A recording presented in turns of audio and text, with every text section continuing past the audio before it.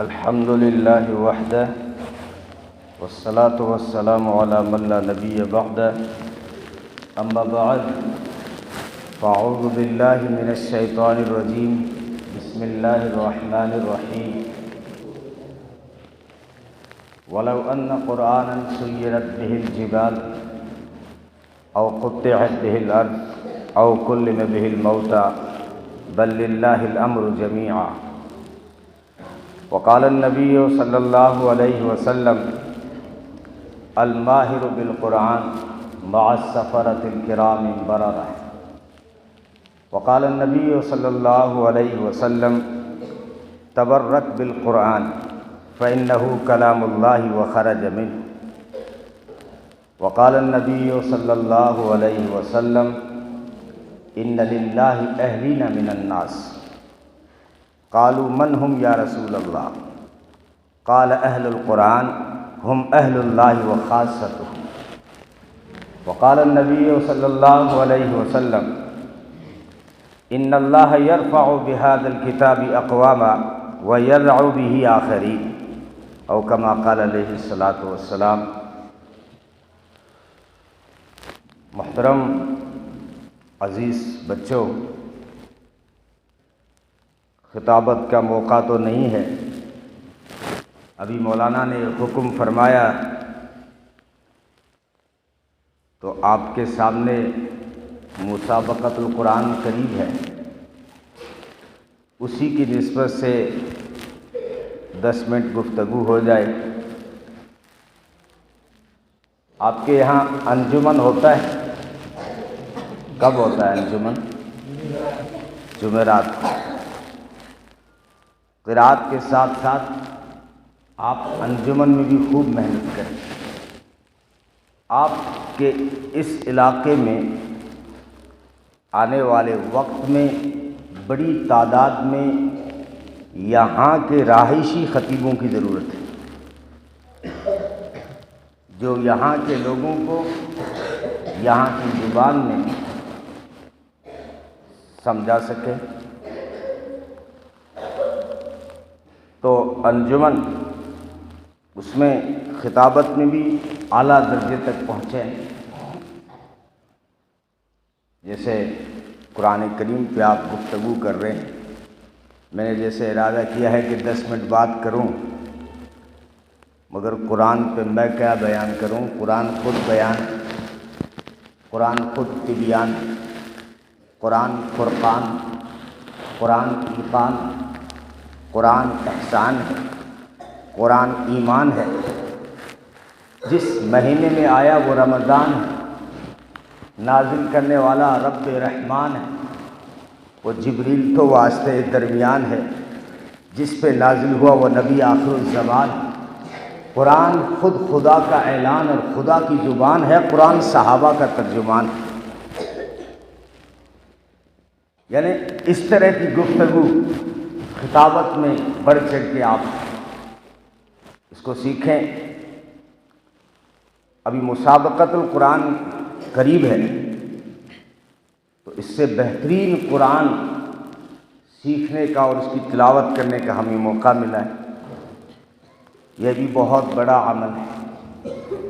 نبی نے فرمایا جو قرآن کا ماہر ہے کل قیامت کے دن وہ فرشتوں کے ساتھ ہوگا، نیکوکاروں کے ساتھ ہوگا، صلحاء اور انبیاء کے ساتھ ہوگا، جو قرآن کا ماہر ہے۔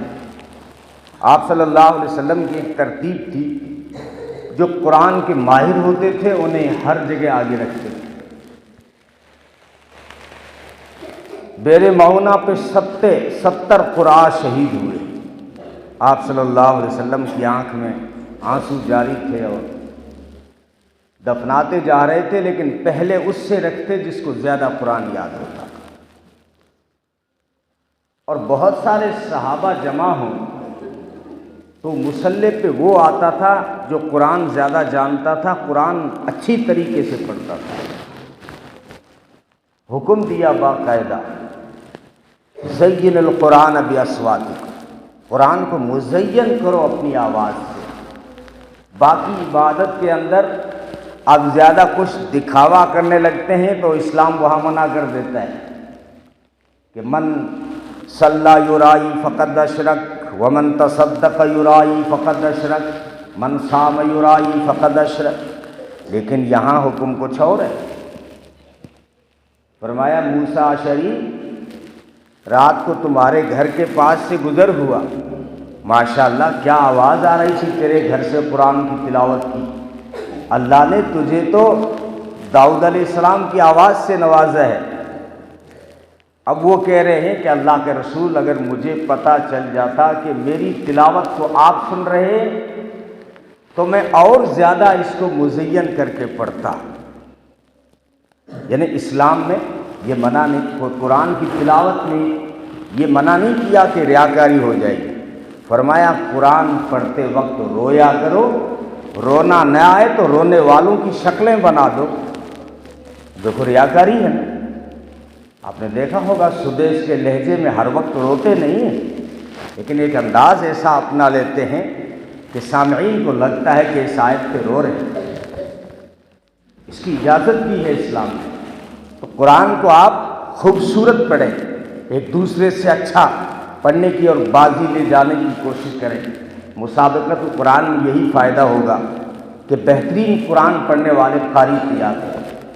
بچوں میں زیادہ بات تو آپ سے نہیں کروں گا، یہ کہتا ہوں کہ قرآن کے قاری بنو، قرآن کے حافظ بنو، قرآن کے عالم بنو، اور پھر قرآن کے داعی بنو، پھر قرآن کے ناشر بنو، اور پھر قرآن کے عامل بنو، اور قرآن کے عادی بنو۔ اس سے بڑی بات کہوں، قرآن کے عاشق بنو، قرآن کے عاشق بنو۔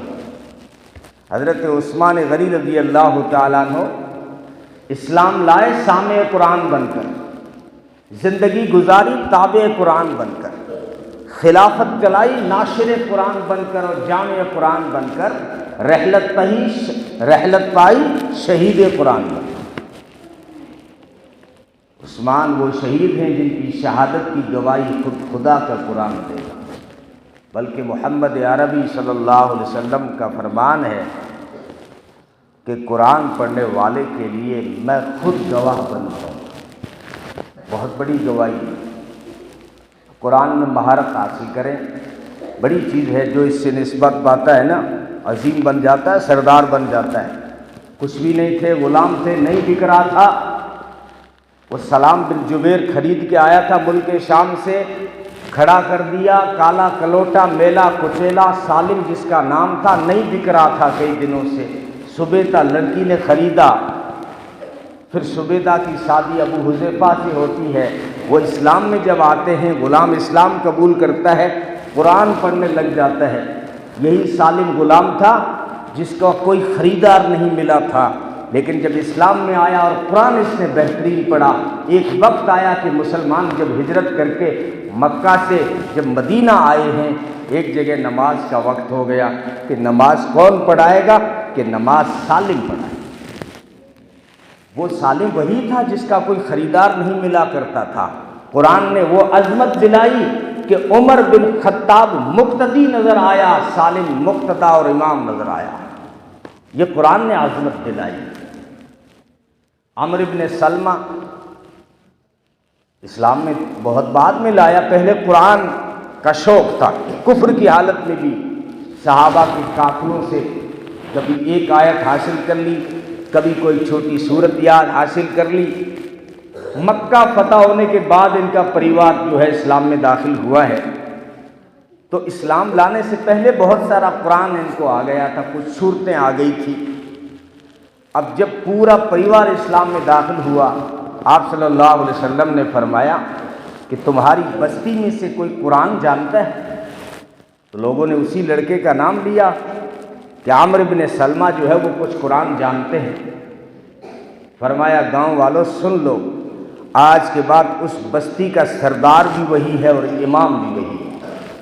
جب قرآن نے عظمت دلائی، ان اللہ یرفع بہذا الکتاب اقواما ویضع بہ آخرین، اونٹ چرانے والوں کو، بکری چرانے والوں کو دنیا کا سردار بنایا تو قرآن نے بنایا، قرآن نے بنایا سردار ان کا۔ اقبال کہتا ہے نا، وہ معزز تھے زمانے میں مسلمان ہو کر، اور تم ذلیل و خوار ہوئے تارک قرآن ہو کر، قرآن کو چھوڑ کے ذلیل و خوار ہوئے ہو۔ ہماری سوچ ہوتی ہے نا، انگلش نہیں آتی، سیاست میں نہیں ہے، ہمارے پاس ایسی لیڈرشپ نہیں ہے، اسباب نہیں ہے، ہتھیار نہیں ہے، اسلحہ نہیں ہے، ان چیزوں کو اقبال نہیں مانتا۔ کہتا ہے تو نمیدانی کے آئینے تو چیست، تو نہیں جانتا کہ تیرا قانون کیا ہے۔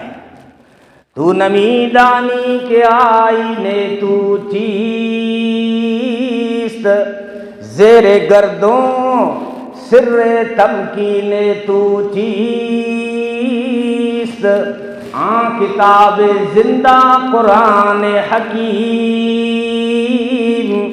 حکمت اولا یزال است قدیم۔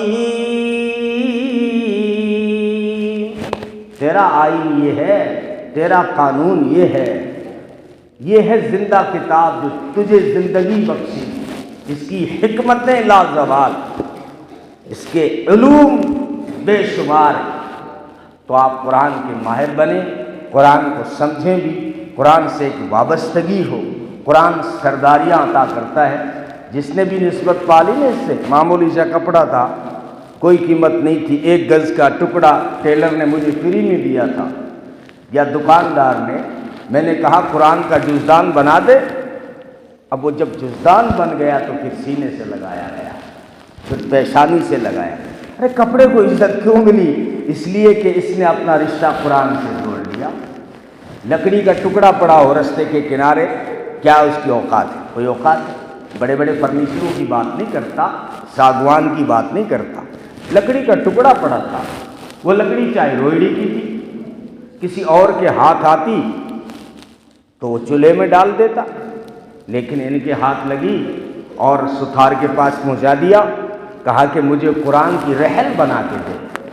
جب اس ستھار نے اس لکڑی سے قرآن کی رحل بنائی تو اس رحل کو پھر سینے سے لگایا گیا۔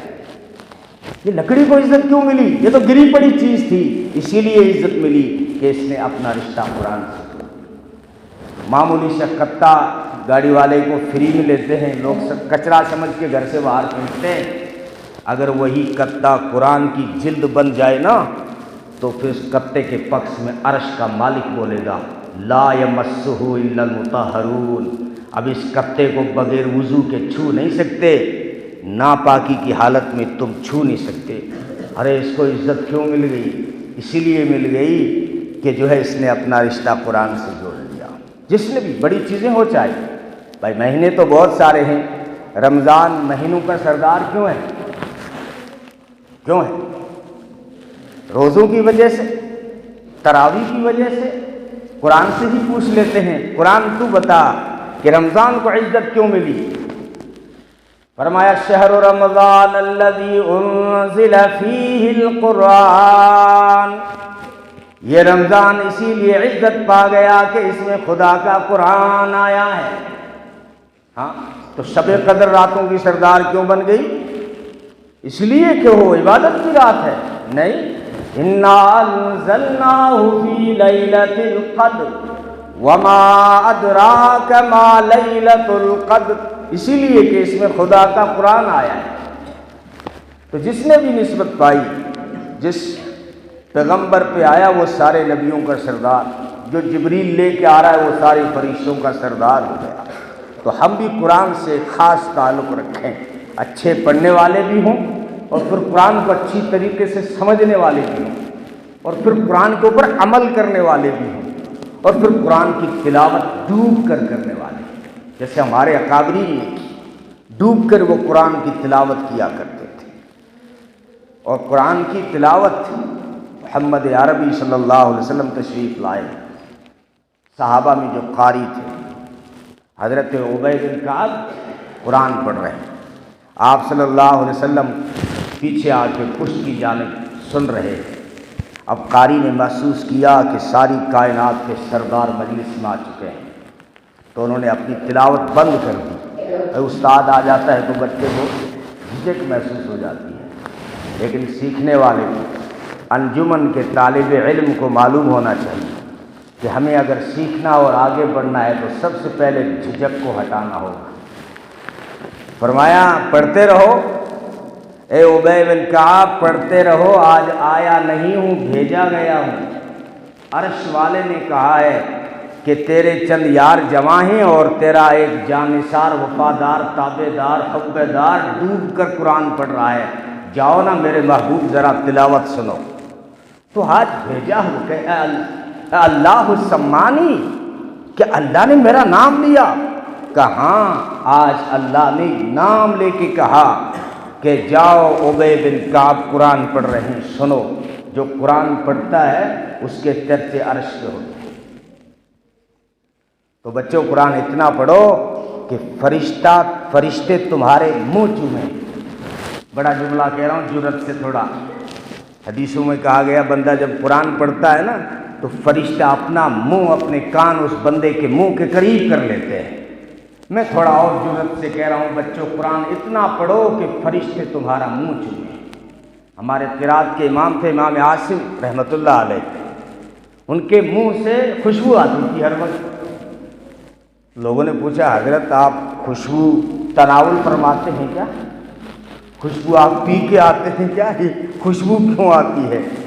کہا پیتا نہیں ہوں، بات یہ ہے کہ محمد عربی صلی اللہ علیہ وسلم خواب میں آئے تھے اور فرمایا اے عاصم تم قرآن بہت پڑھتے ہو، آؤ آج تیرا منہ چوم لیتا ہوں۔ وہ دن تھا اور آج کا دن ہے کہ میرے منہ سے خوشبو آتی۔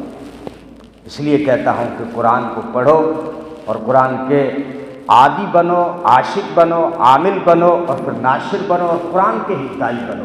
ہمارے سارے علوم کا متن یہی ہے۔ ہوتا یہ ہے کہ ہم دوسرے علوم میں اتنا کھو جاتے ہیں اس متن کو بھول جاتے ہیں۔ عالم کی سند مل جاتی ہے، نیب صرف کے اندر بڑے ماہر ہو گئے، فلسفے کے ماہر ہو گئے، لیکن یہ قرآن کے ماہر نہیں بن پاتے ہم۔ یہ غلطی میں اپنے آپ کو کہہ رہا ہوں، تم مت کرنا، ٹھیک ہے؟ مطلب قرآن کے ہمیں سب سے پہلے ماہر بننا ہے اور پھر اس کے عمل، قرآن جو حکم دے عملی زندگی۔ دیکھو بننے کی یہی عمر ہے، بعد میں تو فارغ ہونے کے بعد تو بکھرنے کی عمر ہے۔ دیکھو بگڑنے کی نہیں کہہ رہا میں، بکھرنے کی، یعنی وسعت ہو سکتی ہے اسی کی، لیکن جو بننا ہے نا آپ کو، اچھا قاری بننا ہے تو انہی دنوں میں بنیے، اچھا خطیب بننا ہے تو انہی دنوں میں بنیے۔ ابھی آپ کے سامنے سکھانے والے بھی ہیں، کتاب بھی ہے اور پھر اساتذہ بھی۔